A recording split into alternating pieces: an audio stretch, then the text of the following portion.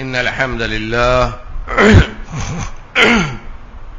نحمده ونستعينه ونستغفره ونعوذ بالله من شرور أنفسنا وسيئات أعمالنا من يهده الله فلا مضل له ومن يضلله فلا هادي له وأشهد أن لا إله إلا الله وحده لا شريك له وأشهد أن محمدا عبده ورسوله أرسله بالحق بشيرا ونذيرا بين يدي الساعة من يطع الله ورسوله فقد رشد ومن يعصيهما فإنه لا يضر إلا نفسه ولا يضر الله شيئا. أما بعد فإن خير الحديث كتاب الله وخير الهدي هدي محمد صلى الله عليه وسلم وشر الأمور محدثاتها وكل محدثة بدعة وكل بدعة ضلالة وكل ضلالة في النار. فأعوذ بالله السميع العليم من الشيطان الرجيم. بسم الله الرحمن الرحيم. قاف والقرآن المجيد بل عجبوا أن جاءهم منذر منهم فقال الكافرون هذا شيء عجيب أإذا متنا وكنا ترابا ذلك رجع بعيد قد علمنا ما تنقص الأرض منهم وعندنا كتاب حفيظ بل كذبوا بالحق لما جاءهم فهم في أمر مريج أفلم ينظروا إلى السماء فوقهم كيف بنيناها وزيناها وما لها من فروج والأرض مددناها وألقينا فيها رواسي وأنبتنا فيها من كل زوج بهيج تبصرة وذكرى لكل عبد منيب. وقال عز من قائل بسم الله الرحمن الرحيم إنا أنزلناه في ليلة القدر وما أدراك ما ليلة القدر ليلة القدر خير من ألف شهر ليلة القدر خير من ألف شهر تنزل الملائكة والروح فيها بإذن ربهم من كل أمر سلام هي حتى مطلع الفجر.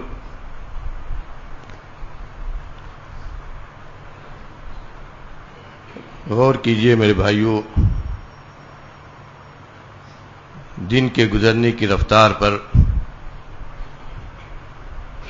ابھی ہم رمضان المبارک کے اس بابرکت مہینے ان انوار و برکات کے ایام قیامت کا ذکر کرتے تھے، اور آج ہم پہلا دو عشرہ پورا کر رہے ہیں.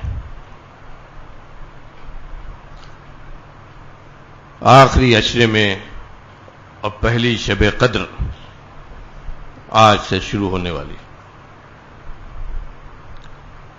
رب العالمین سے ہمیں دعا کرنی چاہیے کہ پروردگار عالم ان ایام میں جو بھی ہم نے عبادت کی تیری توفیق سے، تیرے رحم کرم سے، تیری عنایت، جو بھی ہم نے عبادتیں کی پروردگار تو اس کو قبول فرما لے. ان کو ہمارے میزان کے بھاری، نیکی کے میزان کو بھاری کرنے کا ذریعہ بنا دے. رب العالمین ان تمام ہمارے نیک اعمال کو ہمارے لیے نجات کا ذریعہ بنا، جنت میں داخلے کا ذریعہ بنا دے. اب یہاں سے ہم آخری عشرہ، رمضان کا آخری عشرہ شروع کرنے جا رہے ہیں. اس آخری عشرے کی پہلے دونوں عشرے پر کچھ زیادہ ہی فضیلت ہے، حدیثوں میں اس کی کچھ زیادہ ہی خصوصیت بیان کی گئی ہے۔ رمضان کے احکام و مسائل، اس کی فضائل، یہ سب ہم سنتے رہے ہیں، اور اللہ کی توفیق سے جس کو جتنا موقع ملا ہم یہی کہیں گے کہ اس نے اللہ کے دیے ہوئے اس موقع کو بھلانے کی کوشش کی ہوگی۔ اس آخری عشرے کی فضیلت کتنی زیادہ ہے اس کا اندازہ نبی کریم صلی اللہ علیہ وسلم کے عمل سے لگتا ہے۔ حضرت عائشہ صدیقہ رضی اللہ عنہ فرماتی ہیں کہ کان رسول اللہ صلی اللہ علیہ وسلم یجتہد فی العشر الاواخر من رمضان ما یجتہد فی غیرہ۔ آپ رمضان کے پورے مہینے عبادت میں مشغول رہتے تھے، بہت زیادہ محنت کرتے تھے عبادت میں رمضان کے مہینے میں، لیکن آخری عشرہ جب آتا تھا تو اس میں اتنی عبادت کرتے تھے، اتنا اجتہاد کرتے تھے، اتنی محنت کرتے تھے جتنا دوسرے پہلے دونوں عشرے میں نہیں کرتے تھے۔ اتنی زیادہ محنت کرتے تھے، اور خود ہی نہیں بلکہ اپنے اہل و عیال کے ساتھ۔ حضرت عائشہ صدیقہ ہی فرماتی ہیں کان اذا دخل العشر الاواخر شد مئذرہ احیا لیلہ وشد مئذرہ وایقظ اہلہ۔ آخری عشرے میں نبی کریم صلی اللہ علیہ وسلم خود بھی جاگتے تھے، اپنے اہل و عیال کو بھی جگاتے تھے، خود بھی محنت کرتے تھے، احیا لیلہ پوری رات عبادت کرتے تھے، ما تقدم ما تاخر سب گناہ معاف، لیکن عبادت کا یہ عمل، اسی لیے آپ نے کہا تھا جب صحابہ کرام نے آپ سے پوچھا آپ کی رات کی عبادت کو دیکھ کر، عام رات کی عبادت کو دیکھ کر صحابہ کرام نے کہا تھا کہ اللہ کے رسول اتنی رات میں عبادت کرتے ہیں، اتنا لمبا لمبا آپ قیام کرتے ہیں کہ آپ کے پیر سوج جاتے ہیں، پیر میں ورم آ جاتا ہے، آدمی جب کھڑا ہوتا ہے تو لمبا اگر کھڑا ہو تو پیر پھول جاتے ہیں، تو آپ کے پیر عبادت میں، نماز میں، لمبی نماز کی وجہ سے پیر پھول آتے تھے۔ صحابہ کرام اس کو دیکھ کر پوچھتے تھے کہ اللہ کے رسول کہ اتنی عبادت، اتنی لمبی لمبی آپ عبادت کیوں کرتے ہیں؟ تو اس کی وجہ آپ نے کیا بتائی تھی میرے بھائیو؟ اس میں ہم لوگوں کے لیے بھی سبق ہے، وہ صرف خصوصیت نبوی نہیں، اس میں ہمارے لیے بھی سبق ہے۔ آپ نے کیا کہا تھا؟ افلا اکون عبدا شکورا، اللہ نے اتنا رحم ہمارے اوپر کیا، اتنی مہربانی کی، اتنا مجھ کو اپنے رحم و کرم سے ڈھانپا کہ میرے تمام گناہ معاف کر دیے گئے، مجھ کو تمام انسانوں سے اونچا مقام دے دیا گیا، تو اب شکر گزاری میرے اوپر سب سے زیادہ واجب ہو جاتی ہے۔ افلا اکون عبدا شکورا، کیا تم نہیں چاہتے کہ میں اللہ کا عبادت گزار، شکر گزار بندہ بنوں؟ یعنی جتنا زیادہ اللہ کی رحمت ہو، جتنا زیادہ اس کا کرم ہو، جتنی اس کی خصوصیات حاصل ہو، اتنا ہی زیادہ ضروری ہوتا ہے کہ اس کا شکر بجا لایا جائے، کیونکہ یہی شکر گزاری اللہ کی نعمت کو بڑھاتی ہے۔ وَإِذْ رَبُّكُمْ لَئِن شَكَرْتُمْ لَأَزِيدَنَّكُمْ وَلَئِن كَفَرْتُمْ إِنَّ عَذَابِي لَشَدِيدٌ۔ اللہ جو نعمتیں دیتا ہے اس کا سیدھا سا نظام ہے، اگر اس پر شکر گزاری کرو گے تو یہ نعمت بڑھے گی، اگر شکر گزاری نہیں کرو گے، کفران نعمت کرو گے، ناشکری کرو گے، تو اللہ کا عذاب بھی یاد رکھو بڑا سخت ہے۔ تو آپ نے اسی کو فرمایا افلا اکون عبدا شکورا، یعنی نعمت جب زیادہ حاصل ہے تو اب اس کی شکر گزاری بھی زیادہ ہے، اور شکر گزاری کا تقاضا یہ ہے کہ زیادہ سے زیادہ اس کی عبادت کی جائے، زیادہ اس کو راضی کرنے کی کوشش کی جائے۔ تو یہ عشرہ جب آتا تھا تو آپ کی عبادت بہت زیادہ بڑھ جاتی تھی۔ اس عشرے کی میرے بھائیوں دو خصوصیتیں جمعہ کے مختصر وقت میں انہی دونوں کی طرف ہم اشارہ کریں گے، ایک تو شب قدر ہے اور دوسرا اعتکاف ہے۔ اعتکاف ہے، مسجد میں معتکف ہو جانا ہے۔ شب قدر کیا ہے؟ اس کو اللہ رب العالمین نے خود قرآن میں کہا ہے، اس پر علماء نے بڑی بحثیں کی ہیں کہ اس رات کو شب قدر کیوں کہتے ہیں، اس کی اتنی خصوصیت کیوں ہے، لیکن اللہ رب العالمین نے اس کی خصوصیت یہ بتلائی ہے، شہر رمضان الذی انزل فیہ القرآن انا انزلناہ فی لیلۃ القدر۔ اللہ نے اس کی خصوصیت یہ بتائی ہے کہ یہ رات وہ ہے جس میں اللہ نے قرآن نازل کیا ہے، انا انزلناہ فی لیلۃ القدر۔ سب سے بڑی خصوصیت، اور بہت ساری چیزیں اس رات کی فضیلت کے لیے یہ جان لیجئے، پورے سال میں جتنی راتیں آتی ہیں تمام راتوں میں سب سے افضل رات یہی شب قدر کی ہے، اور افضلیت کا مطلب ہے کہ اس رات کی عبادت کا جو ثواب دوسری تمام راتوں سے زیادہ ہوگا، اور اللہ نے خود اس سورہ کے اندر اس کو بیان کیا ہے، انا انزلناہ فی لیلۃ القدر، ہم نے قرآن کو لیلۃ القدر میں، شب قدر میں نازل کیا، وما ادراک ما لیلۃ القدر، اور تم کو کیا معلوم کہ لیلۃ القدر کیا ہے، شب قدر کیا ہے؟ لیلۃ القدر خیر من الف شہر، لیلۃ القدر شب قدر وہ رات ہے کہ اس ایک رات کی عبادت 1000 مہینوں کی عبادت سے بہتر ہے. خیرن بہتر ہے، یہ نہیں کہ برابر ہے، یہ نہیں کہ برابر ہے، بلکہ 1000 راتوں کی عبادت سے بہتر ہے. تنزل الملائکۃ والروح فیہا باذن ربہم من کل امر. یہ وہ رات ہے جس میں اللہ کے فرشتے جبریل امین سب سے اونچے درجے کے جو فرشتے ہیں اللہ کے، جو وحی اللہ کے لے کر آتے تھے، جن کا مقام تمام فرشتوں میں سب سے اونچا ہے، وہ جبریل امین فرشتوں کے ساتھ اس رات میں اللہ کے بندوں کے لیے نازل ہوتے ہیں دعا کرنے کے لیے. تنزل الملائکۃ والروح فیہا باذن ربہم، اپنے رب کے حکم سے اترتے ہیں ہر معاملہ لے کر، اور کیا کرتے ہیں؟ دعائیں کرتے ہیں. سلام ہی حتی مطلع الفجر، سلامتی کی دعا کرتے ہیں اللہ کے بندوں کے لیے، اور فجر کے طلوع ہونے تک. گویا یہ رات کی فضیلت پورے رات کی ہے، اسی لیے نبی کریم صلی اللہ علیہ وسلم پوری رات جاگتے تھے. پورے رات کی یہ فضیلت ہے، اور فجر کے طلوع ہونے تک فرشتے اس سرزمین پر اللہ کے عبادت گزار بندوں کے لیے دعائیں کرتے ہیں. یہ شب قدر. ایک بات اور بتا دیں، اس رات کو اللہ نے قرآن سے جو اہمیت دی، تو قرآن 2 مرتبہ، یہ جان لیجئے قرآن 2 مرتبہ نازل ہوا. ایک مرتبہ لوح محفوظ میں جہاں اللہ نے لکھ کر رکھا تھا، وہاں سے آسمان دنیا پر نازل ہوا، وہ بھی شب قدر میں، وہ بھی شب قدر میں ہوئی. وہ رات جس رات اللہ نے لوح محفوظ سے آسمان دنیا پر اتارا، بیت العزہ اللہ نے بنایا آسمان دنیا پر جہاں قرآن رکھا گیا، یہاں پر اتار کے رکھا گیا، وہ شب قدر تھی. اور اس کے بعد یہیں سے آسمان دنیا میں بیت العزہ سے اللہ رب العالمین نے نبی کریم صلی اللہ علیہ وآلہ وسلم پر اس دنیا میں آپ کی 23 سالہ نبوی زندگی میں مختلف اوقات سے نازل ہوا. لیکن مورخین نے لکھا ہے، خاص طور پر مولانا صفی الرحمان صاحب مبارک پوری رحمۃ اللہ علیہ نے الرحیق المختوم اس کی تحقیق کی ہے، اور انہوں نے لکھا ہے کہ جس رات اس قرآن کی پہلی آیت نازل ہوئی، اقرأ بسم ربک الذی خلق، نبی کریم صلی اللہ علیہ وسلم پر غار حرا میں حضرت جبریل امین نازل ہوئے اللہ کا ایک کلام لے کر. پہلی وحی جو نازل ہوئی ہے وہ رمضان کی 21ویں رات تھی، رمضان کی 21ویں رات تھی. ہو سکتا ہے کہ وہ اس سال وہی شب قدر ہی رہی ہو، اس لیے کہ اللہ رب العالمین نے شب قدر کو چنا ہے قرآن کو نازل کرنے کے لیے. آسمان سے جب لوح محفوظ سے آسمان دنیا پر نازل کیا تب بھی شب قدر میں، اور آسمان دنیا سے زمین پر نازل کرنا شروع کیا تب بھی شب قدر میں. اسی لیے اللہ نے کہا انا انزلناہ فی لیلۃ القدر. یہ خصوصیت ہے اس رات کی، ورنہ اس رات کے لیے، اس رات کی خصوصیت کے تعلق سے علماء نے بہت کچھ لکھا ہے کہ کیوں اللہ نے اتنی خصوصیت اس رات کو دی ہے. اور پھر ایک چیز اور ہے کہ آیا یہ رات صرف امت محمدیہ کو ملی یا اس سے پہلے اور امتوں کو بھی یہ دی؟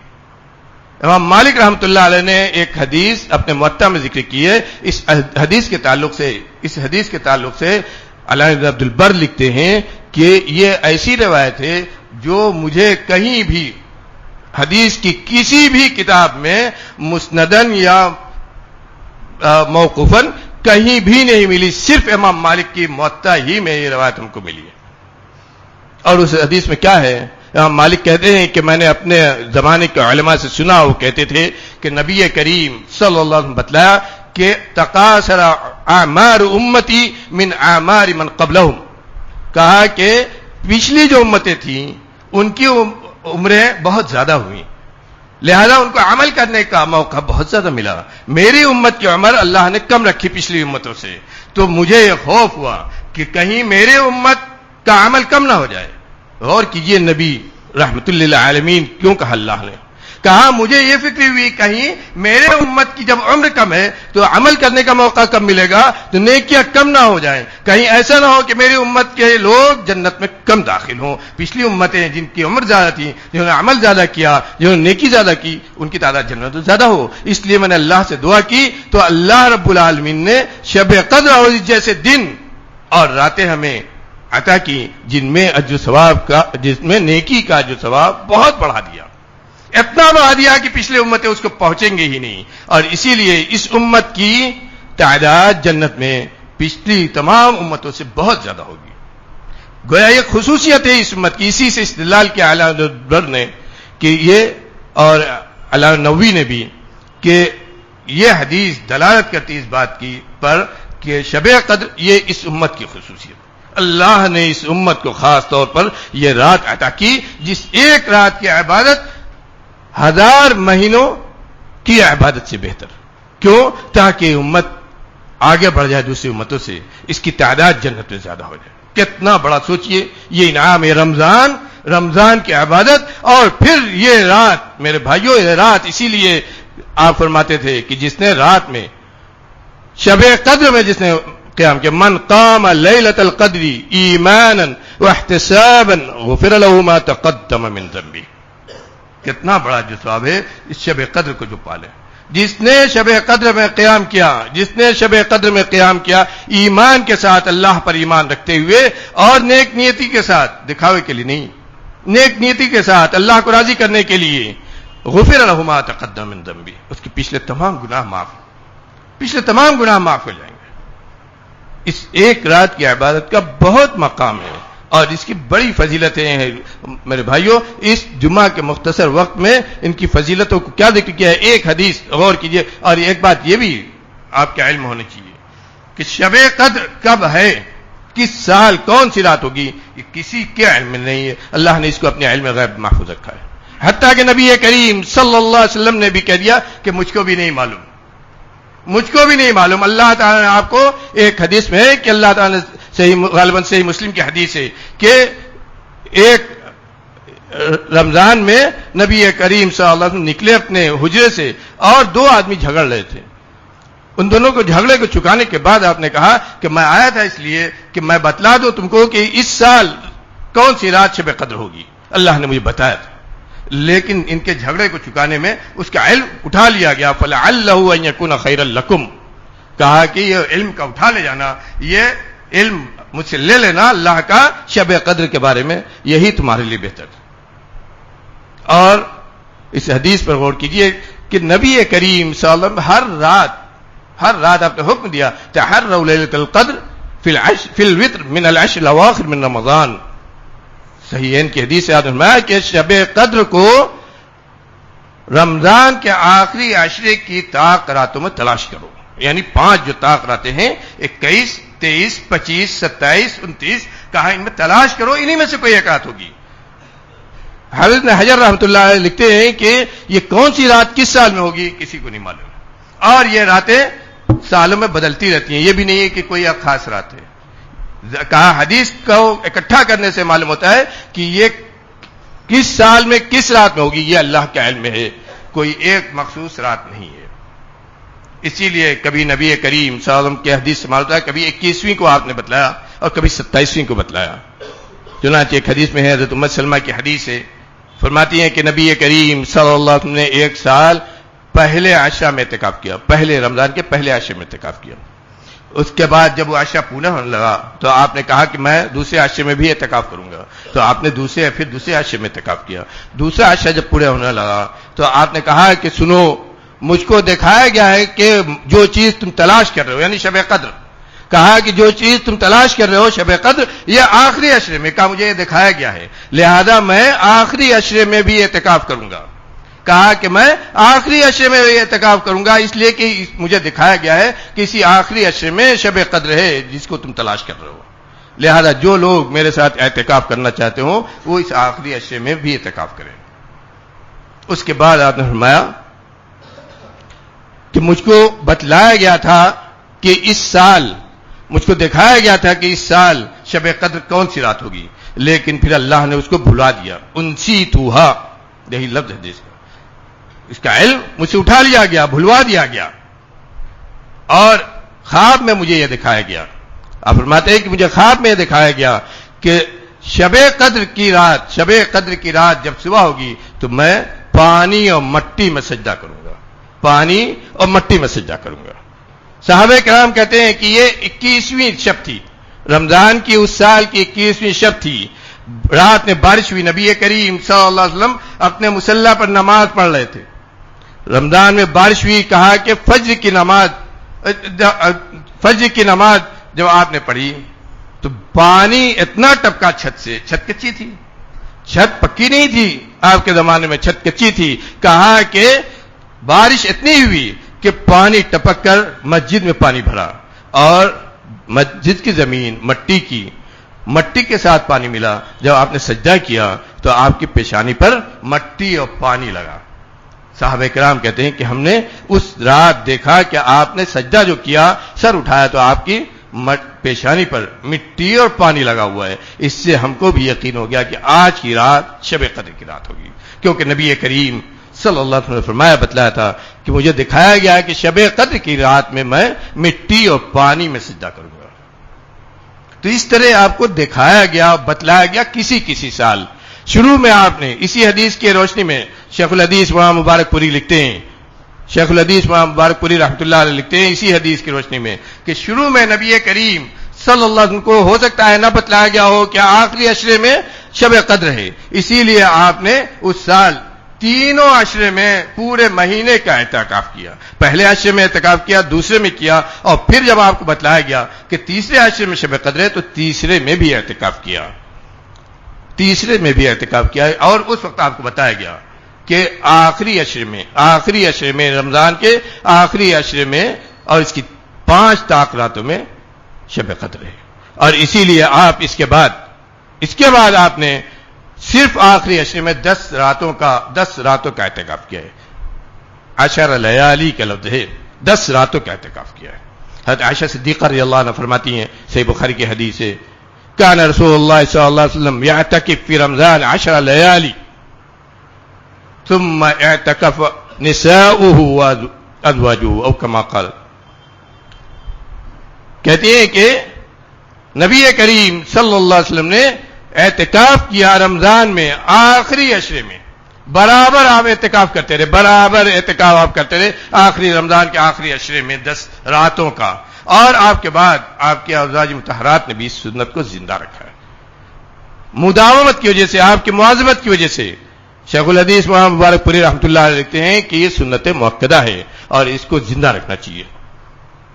اعتکاف نبی کریم صلی اللہ علیہ وسلم کبھی نہیں چھوڑا، صحابہ کرام نے بھی آپ کے ساتھ اعتکاف کیا ہے، اور اعتکاف کا طریقہ آپ کا کیا تھا میرے بھائیوں، وہ بھی حدیث میں مذکور ہے۔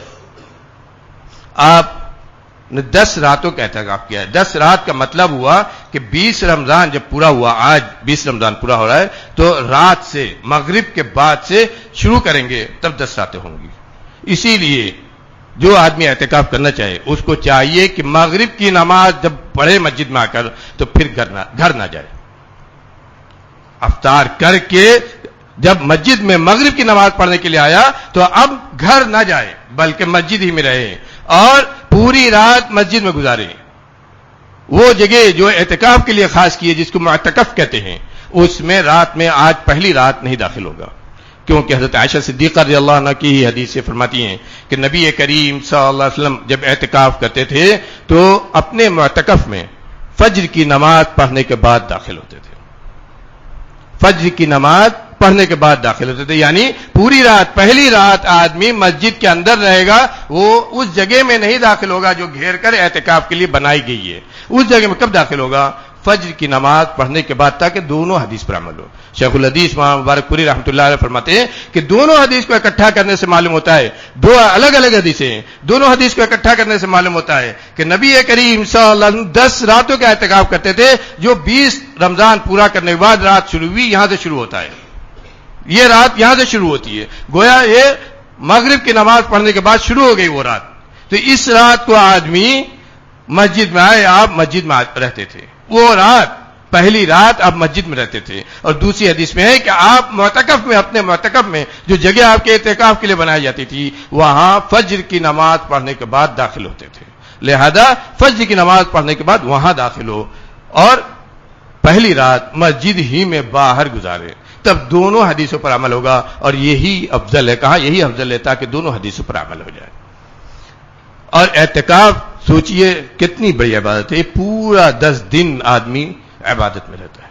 اس کی سب سے بڑی بندش یہ ہے کہ آدمی ان 10 دنوں، ان 10 راتوں میں، 10 دن نہیں بلکہ کہیں 10 راتوں میں صرف مسجد کے اندر رہے، مسجد سے باہر نہیں جائے گا الا ما لا بد منه. مسجد میں پیشاب پاخانے کی جگہ نہ ہو تو پیشاب پاخانے کے لیے باہر جا سکتا ہے. اس کا کوئی قریبی بھی اگر انتقال کر جائے تو اس کے جنازے میں نہیں جا سکتا ہے. کوئی بیمار بھی ہو تو اس کی تیمارداری کے لیے نہیں جائے گا. اس کے لیے سارا انتظام مسجد کے اندر اور مسجد ہی میں اپنا پورا وقت گزارے گا. یہ 10 راتیں مسجد ہی کے اندر گزارے گا. مسجد کے باہر اس کو جانے کی یعنی کسی بھی ضرورت سے مسجد کے باہر وہ نہیں جائے گا. اور اس کو اتنی بڑی عبادت کیوں قرار دیا گیا کہ اس پورے وقت میں سوچئے 10 دن تک آدمی پورے طور پر عبادت میں رہتا ہے. قرآن کی تلاوت، تسبیح، تحلیل، نفل نمازیں اور صدقہ خیرات، علم پڑھنا، یہ سب آدمی کو چاہیے کہ یہ اس اعتکاف کی حالت میں یہ ساری کی ساری نیکیاں کرتا رہے. یہ عشرہ میرے بھائیو غور کیجئے اللہ نے عبادت کے لیے کیسا خاص کیا ہے، کیسا خاص کیا ہے. اور یہ بدنصیبی ہوگی ہماری اگر ہم اس عشرے کو اپنے عید کی تیاری میں، عید کی کپڑے کے، عید کے جوتے کے، عید کے چپل کی تیاری میں اگر اس کے اوقات کو ہم ضائع کریں. یہ وہ عشرہ ہے جس کی عبادت کو اللہ رب العالمین نے جہنم کی آزادی کے لیے، جہنم سے آزادی کے لیے بنایا. آپ اتنی عبادتیں کریں، معلوم نہیں اگلے سال کس کی زندگی باقی رہے گی اور کس کو پھر یہ رمضان کا مہینہ ملے گا اور یہ مواقع کس کو میسر آئیں گے. اللہ نے یہ نیکی کا موسم بہار اس لیے دیا اور خاص طور پر آخری عشرہ کہ امت مسلمہ کے افراد، امت مسلمہ کے لوگ، نبی کو ماننے والے یہ اللہ کی رضا اور اس کی خوشنودی کو اپنے نام لکھ لیں. اس موقع کو میرے بھائیوں دنیا کا جب موقع آتا ہے تو ہم تو پیچھے نہیں ہٹتے. دنیا کمانے کا موقع آتا ہے تو سب یہی سوچتے ہیں کہ اس موقع کو اچھے سے بھلا لو اور جو نہیں بھلا پاتا ہے اس کو پاگل کہتے ہیں. لیکن میرے بھائیوں یہ آخرت کو پانے کا موقع اللہ نے دیا ہے. آخرت کو بنانے کا اللہ نے موقع دیا ہے. جنت کو حاصل کرنے کا اللہ نے موقع دیا ہے. اس موقع کو اگر ہم گوا دیں تو پھر کیا نبی کریم صلی اللہ علیہ وسلم حدیث ہمارے اوپر نہیں آئے گی رغم انف رجل دخل علیہ رمضان فلم یغفر له. مغفرت نہ ہو اللہ کے ہاں اتنے مواقع ملنے کے بعد اللہ کی رحمت جو اعلان کر رہا ہے نبی عبادی انی انا الغفور الرحیم وان عذابی هو العذاب العلیم، جس کا اعلان ہے سارعوا الی مغفرۃ من ربکم وجنۃ عرضها السماوات والارض. دعوت دے رہا ہے، بلا رہا ہے، پکار رہا ہے، آؤ ہماری رحمت کی طرف، آؤ جنت کی طرف، آؤ اللہ کی مغفرت کی طرف. اس موقع کو اگر آدمی نہ بھنائے تو اس سے بڑا بدقسمت کون ہوگا. میرے بھائیوں ضرورت ہے کہ ہم اپنے اوقات کو اس کے لیے ان 10 دنوں کے لیے یا ان 10 راتوں کے لیے اپنے اوقات کو ہم فارغ کریں اور زیادہ زیادہ عبادت کرنے کی کوشش کریں. اللہ تعالیٰ سے دعا ہے کہ ہم کو نیک عمل کی توفیق دے. رب العالمین ہماری عبادتوں کو قبول فرما لے. رب العالمین ہماری عبادتوں میں جان پیدا کر دے، روح پیدا کر دے، حقیقی روح پیدا کر دے. رب العالمین ہمارے دلوں میں اپنا خوف، اپنا تقوی پیدا کر دے. رب العالمین ہمارے روزے کو قبول فرما، ہماری نمازوں کو قبول فرما، ہمارے قرآن کی تلاوت کو قبول فرما، ہم کو نیک عمل کرنے کی توفیق عطا فرما. بار اللہ ہر وہ کام جس سے تو راضی ہو، ہر وہ کام جس سے تو راضی ہو اس کو کرنے کی توفیق عطا فرما دے. رب العالمین ہمارے ہر عمل کو قبول فرما لے. میرے بھائیوں یہاں امام راضی کا ایک قول یاد آتا ہے جب قبولیت کی ہم بات کرتے ہیں. امام راضی رحمۃ اللہ علیہ نے اسی شب قدر کی حکمت پر بہت ساری چیزیں لکھی. انہیں میں ایک بڑی کام کی بات لکھی. انہوں نے لکھتے ہیں کہ اللہ رب العالمین نے شب قدر کو پوشیدہ رکھا، کسی کو نہیں بتایا، حتیٰ کہ رسول کو بھی اس کا مکمل علم نہیں دیا. کسی سال کی کچھ علامتیں رسول کو دی گئی کہ اس سال اس رات میں شب قدر ہو سکتی ہے. کیوں اتنا پوشیدہ رکھا؟ کہا کہ بہت ساری چیزوں کو اللہ نے پوشیدہ رکھا ہے جس میں اس کی بہت بڑی حکمت ہے. مثال کے طور پر اس نے اعتقاد کے تعلق سے قبولیت کو پوشیدہ رکھا. کون سی ہماری نیکی، کون سی ہماری اطاعت یہ قبول ہو جائے گی اور ہمیں جنت میں لے جائے گی، یہ صرف اللہ کا علم ہے. اللہ نے اس کو اپنے علم میں رکھا ہے کہ کون سی تمہاری نیکی کو اللہ رب العالمین قبول کر لے گا اور تمہیں جنت میں پہنچا دے گا. کہا کہ زانیہ عورت کتے کو پانی پلاتی ہے، زانیہ عورت کتے پر عنف کرتی ہے، جا کر کنویں سے پانی نکال کر پانی پلاتی ہے، اللہ رب العالمین اس کو بخش دیتا ہے، جنت میں داخل کر دیتا ہے. کون سی نیکی تمہاری اللہ کے قبول ہو جائے گی یہ اللہ نے اپنے علم میں رکھا ہے. کون سی نیکی کر کر تم جنت میں چلے جاؤ گے. یہ کیوں؟ تاکہ آدمی ہر نیکی ہر نیکی سے فائدہ اٹھانے کی کوشش کرے, ہر نیکی کے موقع کو بھلانے کی کوشش کرے, اور جو بھی نیکی اسے کرنے کا موقع ملے ضرور کر لے, تاکہ ہو سکتا ہے چھوٹی سی نیکی ہے, ہو سکتا ہے چھوٹی سمجھ کر اس نے کیا ہو کہ یہ چھوٹی سی نیکی ہے, لیکن ہو سکتا ہے کہ یہی چھوٹی سی نیکی اسے جنت میں لے کر چلی جائے.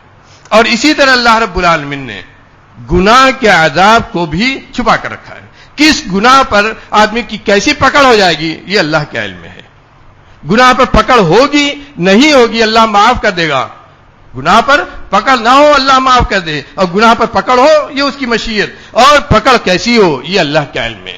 اس کو بھی اللہ نے اپنے علم میں کیوں رکھا ہے؟ تاکہ آدمی ہر گناہ سے ڈرے, ہر معصیت سے ڈرے. معلوم نہیں یہ گناہ مجھ سے جو ہو رہا ہے یہ ہمیں کس عذاب میں لے جائے گا, معلوم نہیں اللہ رب العالمین کتنا اس پر ناراض ہوگا کہ ہو سکتا ہے دنیا ہی میں عذاب آ جائے. تو گناہ سے آدمی اتنا ڈرے گا اس کی وجہ سے کہ ہر قدم پر گناہ سے بچنے کی کوشش کرے گا. اسی طرح اللہ رب العالمین نے ان خاص دنوں کو بھی چھپا رکھا ہے تاکہ آدمی ان میں زیادہ سے زیادہ عبادت کرے. تو قبولیت کا معاملہ میں یہ کہہ رہا تھا میرے بھائیوں, قبولیت کے لیے نبی کریم صلی اللہ علیہ وسلم بہت دعا کرتے تھے کہ اللہ تو ہمارے ہر عمل کو قبول فرما لے. کیونکہ آدمی عمل کرے اور اس کا عمل قبول نہ ہو, یا وہ عمل کرے وہ ضائع ہو جائے, کسی اور کو اس کی نیکی مل جائے, یہ اس سے بڑی بدقسمتی اور کچھ نہیں ہوگی. میرے بھائیوں, میری ماں بہنوں, آپ بھی غور کرو, ان چیزوں سے, ان عمل سے بھی اپنے آپ کو بچانا چاہیے جن عمل سے نیکی ضائع ہوتی ہے. ان کو بھی ہمیں جاننا چاہیے کہ کن عمل سے نیکیاں ضائع ہوتی ہیں. نیکی آدمی کرتا ہے, سمجھتا ہے اس کا جو ثواب اللہ کیا ملے گا, لیکن دوسری طرف ایسا عمل کر جاتا ہے جس کی وجہ سے اس کی نیکی ضائع ہو جاتی ہے, اس کو کچھ بھی اجر ثواب نہیں ملتا ہے. تو ان اعمال کو بھی ہمیں جاننا چاہیے اور بچنا چاہیے جن سے نیکیاں ضائع ہوتی ہیں. اللہ تعالی ہماری نیکی کو محفوظ کر دے, ہماری ہر نیکی کو قبول فرما لے, ہمیں نیک عمل کرنے کی توفیق عطا فرما. بار اللہ جو بھی ہم نیک عمل کریں ان سب کو تو قبول فرما لے. بار اللہ ہم کو ایک کر دے, نیک کر دے, ہم کو ہر قسم کی پریشانی سے بچا. رب العالمین پریشانیوں کے اس دور میں, فتنوں کے اس دور میں ہم کو ہر قسم کے فتنوں سے, ہر قسم کی پریشانیوں سے بچا لے. رب العالمین ہم میں جو بیمار ہیں ان کو ان کی بیماری سے شفا کامل عاجل عطا کر, جو پریشان حال ہیں ان کو ان کی پریشانی سے نجات دے دے. رب العالمین جو کسی بھی طرح کی مصیبت میں ہیں, مصیبت زدوں کو ان کی مصیبت سے نکال دے. رب العالمین ہم سب کو ایک کر دے, نیک کر دے, نیک عمل کرنے والا بنا دے. اپنے نبی کی سنت پر چلنے والا بنا, نبی کی سنت کا شیدائی بنا, نبی کے طریقے پر عمل کرنے والا بنا. دنیا میں جب تک زندہ رکھ اسلام پر قائم رکھ, اور جب ہمارا خاتمہ ہو تو ایمان کے ساتھ خاتمہ بالخیر ہو. اقول قولی ھذا واستغفر اللہ لی ولکم, اقول قولی ھذا واستغفر اللہ لی ولکم ولسائر المسلمین من کل ذنب فاستغفروہ انہ غفور رحیم.